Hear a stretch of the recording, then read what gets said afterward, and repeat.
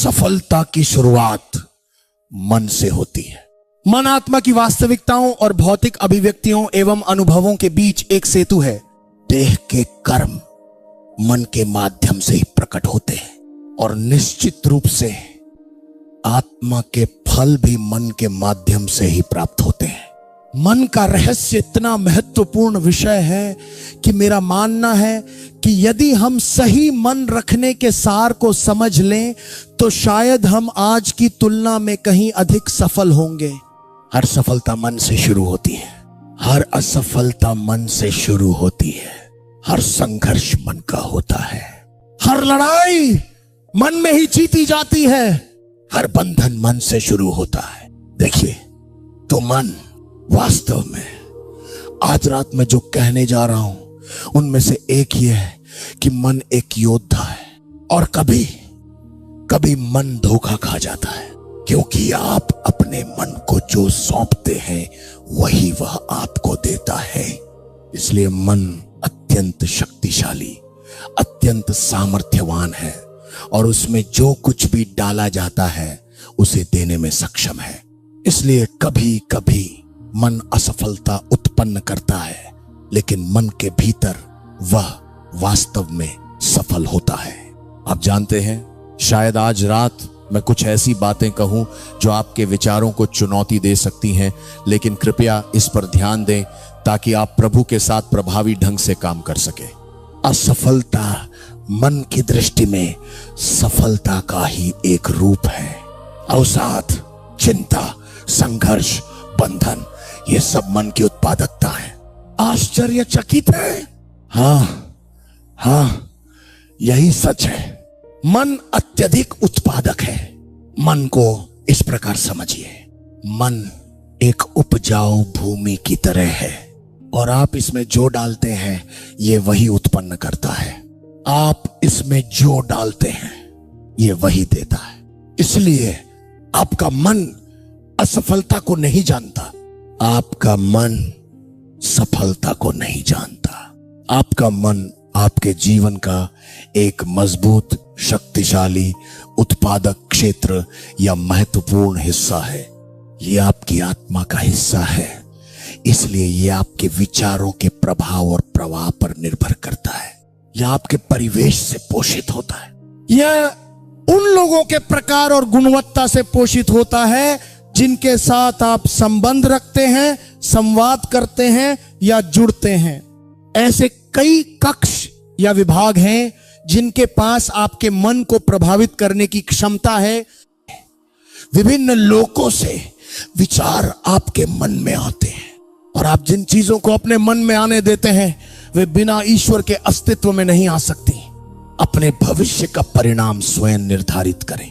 मेरा मानना है कि मसीह के शरीर में हमारी एक बड़ी समस्या यह है कि हम ये नहीं जानते कि हमारी भूमिका क्या है, हमारी जिम्मेदारी क्या है और मन की शक्तियां क्या है। इसी कारण हम मन में निहित सुंदर चीजों और लाभों से वंचित रह गए हैं। वास्तव में वास्तविक सफलता और असफलता मन से ही शुरू होती है। सफलता आपके बाहरी निर्णयों या गतिविधियों से शुरू नहीं होती, सफलता मन से शुरू होती है। मुझे इस बात से कोई फर्क नहीं पड़ता कि आप आत्मा में कितने सफल हैं। मुझे इस बात से कोई फर्क नहीं पड़ता कि आपकी आत्मा कितनी सफल है। आप सफलता के लिए आपकी इच्छाओं, आपकी अपेक्षाओं या जीवन में आप जिस भी प्रकार की उन्नति चाहते हैं उसके बावजूद मन की शक्तियों, उसकी क्षमता, उसकी रचनात्मकता और उसकी उत्पादकता को समझे बिना और मन की व्यावहारिक समझ के बिना आपकी आत्मा की सफलता या बाहरी दुनिया से आपकी इच्छाओं की सफलता के लिए कोई आधार नहीं होगा। मन आपकी आत्मा में निहित सफलता को प्राप्त करने में सबसे महत्वपूर्ण भूमिका निभाता है। इससे हम एक शक्तिशाली और महत्वपूर्ण अंतर्दृष्टि की ओर बढ़ते हैं, जिसे मैं मन की शक्ति कहूंगा। मेरे लिए इसका अर्थ है कुछ उदाहरण देना जिससे आपको गहरी समझ मिलेगी। पहला यह है कि मन आत्मा की वास्तविकताओं और भौतिक अभिव्यक्तियों और अनुभवों के बीच एक सेतु है। हर सफलता को प्रकट होने के लिए मन के द्वार से होकर गुजरना पड़ता है। यही सत्य है। मन एक नियम है। बाइबल इसे मन का नियम कहती है। यह रोमियो अध्याय 7 और 8 में स्पष्ट रूप से लिखा है। बाइबल कहती है जो शरीर के पीछे चलते हैं वे शरीर की बातों पर ध्यान देते हैं, और जो आत्मा के पीछे चलते हैं वे आत्मा की बातों पर ध्यान देते हैं। क्योंकि शरीर की बातें, जिन्हें बाइबल शरीर के कार्य कहती है, मन के साधन के बिना प्रकट नहीं हो सकती। इसलिए यदि शरीर अभिव्यक्ति चाहता है तो उसे मन की शक्ति का सहारा लेना होगा। बाइबल कहती है कि आत्मा की बातों पर ध्यान देना आवश्यक है। आत्मा के फल प्रकट होने के लिए आत्मा की बातों पर ध्यान देना जरूरी है। इसलिए शारीरिक इच्छाएं मन के द्वारा प्रकट होती हैं। शारीरिक इच्छाएं मन के माध्यम से प्रकट होती हैं, और निश्चित रूप से आत्मा के फल भी मन के माध्यम से ही प्राप्त होते हैं। आत्मा पवित्र है, आत्मा धर्मी है, आत्मा विश्वास योग्य है, आत्मा प्रेम, संयम, कोमलता और नम्रता से परिपूर्ण है। वास्तव में आत्मा परमेश्वर की परिपूर्णता धारण करती है, लेकिन आत्मा में विद्यमान ये सुंदर गुण तभी प्रकट होते हैं जब वे मन में प्रकट होते हैं, और बाइबल इसे ही आत्मा का फल कहती है। इसलिए पवित्र आत्मा का सार, उसका स्वभाव एक नवीकृत मन के द्वारा प्रकट होता है।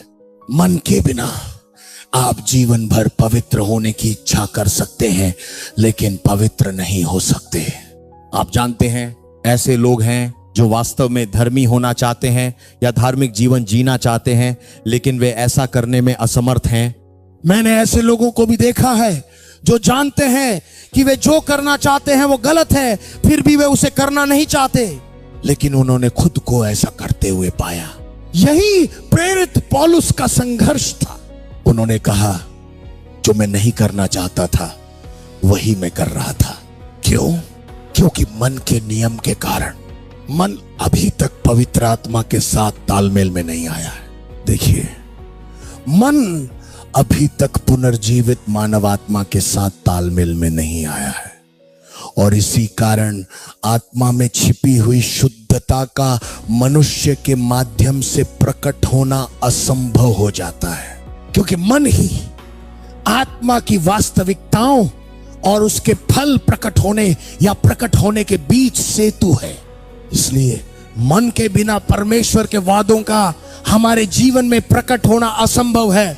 तो मन की अवस्था ही वह माध्यम है जिसके द्वारा परमेश्वर के वादे फलदायी होते हैं, भौतिक अनुभवों में प्रकट होते हैं। वास्तव में विश्वासियों के रूप में हमारे 90% संघर्ष मन की स्थिति, अवस्था या दुविधा में निहित है। आप कुछ ऐसा कह सकते हैं जो आपके मन के अनुरूप ना हो।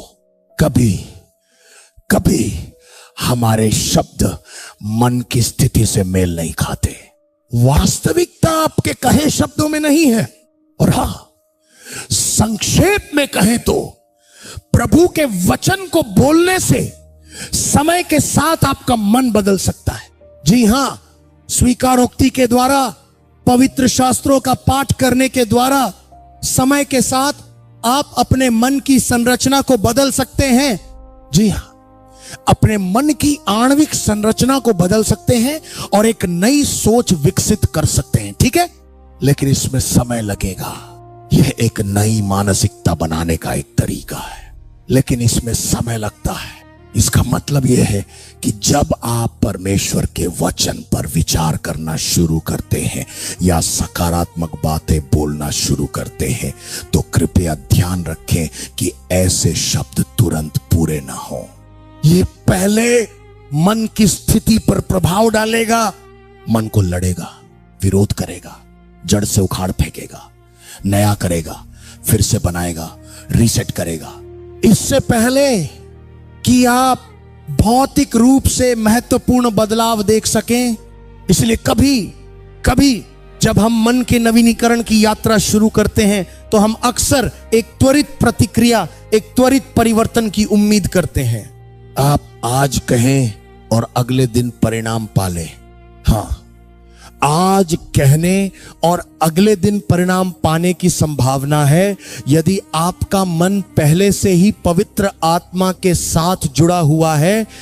इसलिए उद्धार शीघ्र होगा, उद्धार तेज और त्वरित होगा, क्योंकि मन पहले से ही आपकी आत्मा की वास्तविकताओं के साथ सामंजस्य में है। लेकिन यदि आपका मन परमेश्वर की आत्मा के विपरीत दिशा में है तो विलंब होगा, आपत्तियां होंगी, कभी कभी इसमें पूरा जीवन भी लग सकता है। आइए सबसे पहले रोमियो की पुस्तक के अध्याय संख्या 8 से शुरू करते हैं। रोमियो के अध्याय संख्या 8 से मैं पद 5 से पढ़ना चाहता हूं। इसमें लिखा है, क्योंकि जो शरीर के पीछे चलते हैं, जो शरीर से प्रेम करते हैं, जो शरीर के पीछे चलते हैं, वे शरीर की बातों पर ध्यान देते हैं। अब मैं शरीर की बातें वाक्यांश को रेखांकित करना चाहता हूं। शरीर की बातें, शरीर की बातें, आत्मा की बातें। इसलिए यदि मैं आत्मा की बातें चाहता हूं तो मुझे आत्मा की बातों को अपने अनुभव में लाने के लिए सही मन की आवश्यकता है। इसलिए यदि मैं चाहता हूं कि आत्मा की बातें मेरी वास्तविकताएं बन जाएं, तो मुझे एक विशेष प्रकार के मन की आवश्यकता है। अब आत्मा की बातें संप्रेषित की जा सकती हैं। दरअसल प्रेम भय और घृणा पर विजय प्राप्त करता है। प्रेम एक आत्मा है, भय भी आत्मा है, अवसाद, अस्वीकृति भी आत्मा है। सुनो, ये सब आत्माएं हैं। शरीर की वासनाएं भय है। बेशक शरीर के कार्यों में से एक भय है, सड़न, क्षमा न करना, अवसाद, विभाजन, यौन पाप, अनियंत्रित आसक्ति, अपवित्र इच्छाएं। ये सब शरीर की वासनाएं हैं। वह यदि आपका मन स्वाभाविक है, संकीर्ण है या नया है, तो आप निरंतर शरीर की वासनाओं से जूझते रहेंगे। क्यों? क्योंकि शरीर ऊर्जाओं से भरा है। शरीर एक ऐसा प्राणी है जिसमें प्रबल शक्तिशाली प्रभाव होते हैं जो ऊर्जाओं का संचार कर सकते हैं। बाइबल इन ऊर्जाओं को वासना कहती है, और बाइबल कहती है कि आत्मा शरीर की वासनाओं से प्रेरित होती है। आत्मा की वासना क्या है? आत्मा की वासना आत्मा का फल है। जब आत्मा की वासना शरीर की वासनाओं पर विजय प्राप्त कर लेती है तो आत्मा का फल अनिवार्य हो जाता है। मेरा अर्थ है, यह निश्चित हो जाता है। आत्मा का फल वह बन जाता है जिसका आप अनुभव करते हैं। देखा, यह सब मन के बारे में है। सुनो, मुझे इस बात पर कोई संदेह नहीं है कि तुम्हारा पुनर्जन्म हुआ है। मुझे इस बात पर कोई संदेह नहीं है कि तुम में पवित्र आत्मा है। मुझे कोई संदेह नहीं है। सुनो, हम में पवित्र आत्मा है, हमारा पुनर्जन्म हुआ है, हमारे नाम मेमने की जीवन पुस्तक में लिखे हैं। सुंदर, कृपालु, अद्भुत, सुंदर। तुम्हें धार्मिकता का वरदान मिला है, लेकिन उस वरदान को फलदायी बनाने के लिए बाइबल उसे आत्मा का फल कहती है। ऐसा होने के लिए उसे सक्रिय होना होगा, उसे गुजरना होगा, उसे मन की स्वीकृति से गुजरना होगा। तो आज हमारा संघर्ष यह है, शरीर की इच्छाओं का संघर्ष, आत्मा की इच्छाएं हैं। तो ये पुरुष या ये सुंदर स्त्री है जिसके भीतर संघर्ष चल रहा है, उसके भीतर संघर्ष चल रहा है। और संघर्ष यह है कि शरीर की वासनाएं आत्मा की वासनाओं से लड़ रही हैं, आत्मा की वासना शरीर की वासनाओं से लड़ रही है। अब ये सभी वासनाएं, भावनाएं, ये ऊर्जाएं हैं, ये स्वीकृति और प्रवेश की तलाश में है, मन की धारा में। बाइबल यही कहती है, आत्मा की बातों से लड़ने के बजाय या शरीर की बातों से लड़ने के बजाय वो कहती है कि अपने मन में संघर्ष करो, आग लगाओ, कल्पनाओं को त्याग दो, मन को शुद्ध करो। क्योंकि यदि तुम्हारा मन नया हो जाएगा तो वह आत्मा की बातों को आकर्षित करेगा। यदि तुम्हारा मन नया नहीं होगा तो वह स्वाभाविक रूप से शरीर की बातों को आकर्षित करेगा। क्योंकि मन एक मार्ग है, मन एक सहायक है, मन एक श्रमिक है, मन सक्रिय और पूर्णतः उत्पादक है। तो आप देख रहे हैं, मुझे आपके शब्दों की चिंता नहीं है। मैं लोगों की बातों से कभी प्रभावित नहीं हुआ। मनुष्य की वास्तविकता उसके शब्दों में नहीं पाई जाती। किसी व्यक्ति का सत्य उसकी इच्छाओं का प्रतिबिंब नहीं होता। किसी व्यक्ति की वास्तविकता उसके मन की स्थिति में पाई जाती है। यदि मन भ्रष्ट है तो वह व्यक्ति बदल गया है। वह पर्दे के पीछे बहुत सी चीजों से जूझ रहा है। याद रखिए, आप सभी यहां सुंदर दिख रहे हैं, आप सब ढके हुए हैं और आप बहुत अच्छे से बैठे, बहुत अच्छे से व्यवहार कर रहे हैं। लेकिन आप ऐसे नहीं हैं, है ना? बिल्कुल। जब आप देखभाल से बाहर निकलकर स्थितियों का सामना करते हैं तो कुछ न कुछ हो जाता है या कुछ भी घटित हो जाता है। आप देखते हैं, आप में से कुछ बहुत गुस्सैल होते हैं, आप में से कुछ बहुत कठोर होते हैं, आप में से कुछ ऐसे होते हैं जिनका मन तुरंत अवसाद या स्वीकृति में डूब जाता है। छोटी सी बात पर भी आप पूरी तरह आपा खो देते हैं। देखिए, प्रतिक्रिया देने के कई तरीके होते हैं। प्रतिक्रियाएं बहुत सूक्ष्म हो सकती हैं, प्रतिक्रियाएं सक्रिय और निष्क्रिय हो सकती हैं। हमारे पास ऐसे लोग हैं जो जोरदार प्रतिक्रिया देते हैं और ऐसे भी हैं जो प्रतिक्रिया नहीं देते, फिर भी ये प्रतिक्रिया के ही रूप है। अलगाव कभी कभी प्रतिक्रिया का एक मजबूत रूप हो सकता है। आप जानते हैं, इतनी जल्दी अपने खोल में सिमट जाना, जैसे अवसाद में जाना या नकारात्मकता का भाव आना भी प्रतिक्रिया का ही एक प्रतिबिंब है। कुछ लोग जल्दी प्रतिक्रिया करते हैं, जल्दी बोलते हैं, जल्दी अपना गुस्सा दिखाते हैं, और कुछ लोग जल्दी पीछे हट जाते हैं और अनुत्तरदायी हो जाते हैं। क्यों? क्योंकि यह एक प्रतिबिंब है, यह एक स्वभाव है, यह एक स्थिति है, यह उसके मन की स्थिति की प्रतिक्रिया है। इसलिए आपका मन ही यह निर्धारित करता है कि आप क्या समझते हैं या किसी भी परिस्थिति के प्रति आपकी धारणा क्या है। उदाहरण के लिए, यदि कोई आपको चोट पहुंचाता है या ऐसा कुछ करता है जिससे आपको दुख होना चाहिए, तो आपकी प्रतिक्रिया आपके मन पर निर्भर करती है। यदि लोगों की बातें आपको प्रभावित करती हैं तो यह इस बात का संकेत है कि आप दूसरों की राय के प्रति संवेदनशील हैं। यह दर्शाता है कि आप मानसिक रूप से कमजोर हैं, कि प्रत्येक मनुष्य को प्राप्त अभिव्यक्ति की स्वतंत्रता का अधिकार आपको प्रभावित करता है।